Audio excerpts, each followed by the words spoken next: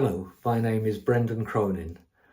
I'm doing a PhD, partly in the Russian department with my Director of Studies, my main supervisor, Olga Tabachnikova. My research question is to look at the holy fool and holy foolishness in the work of Dostoevsky and in the American beat writer Jack Kerouac.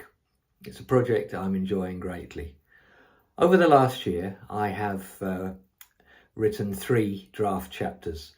The first one traced the history of the Holy Fool, showing how it started in the early Christian church with devout people taking to the desert in Egypt and Syria, and thereby deflecting attention from their holiness, by pretending to be crazy. This idea then developed when the Holy Fool entered the city and was adopted by Russia when Orthodoxy spread into Russia. There, the idea of holy foolishness became more of a performance. In the town square, the Holy Fool would put on a performance or a spectacle. And my conclusion from my study in this area is that as the Holy Fool idea entered Russia, the onlookers and the audience were encouraged to become meaning makers, to think about the meaning of the Holy Fool's performance. Basically, the Holy Fool's performance in this context was to echo the Passion of Christ and to encourage provocation from the audience. In my second chapter, I look at the brothers Karamazov and examine a certain section where Father Zosima gives his life history. I argue that there, Father Zosima, as a holy fool, is involved in the development of certain philosophical concepts, the chief one being that life is paradise, if we'd only acknowledge it.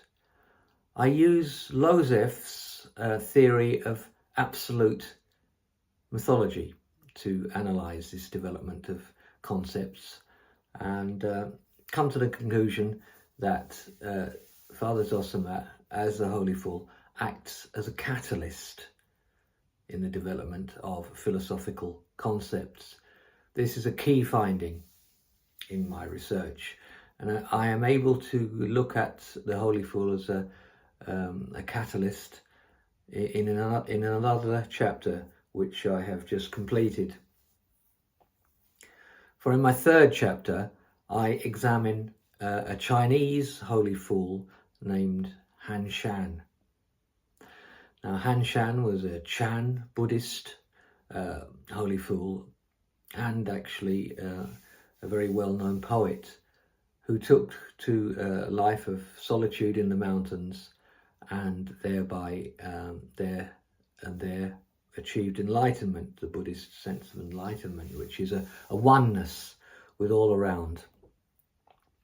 My argument in this third chapter is that again the Holy Fool acts as a catalyst, and he acts here as a catalyst to help Jack Kerouac move from a position of horror, or as I say, using Christeva's terms, abjection, to a position of spirituality.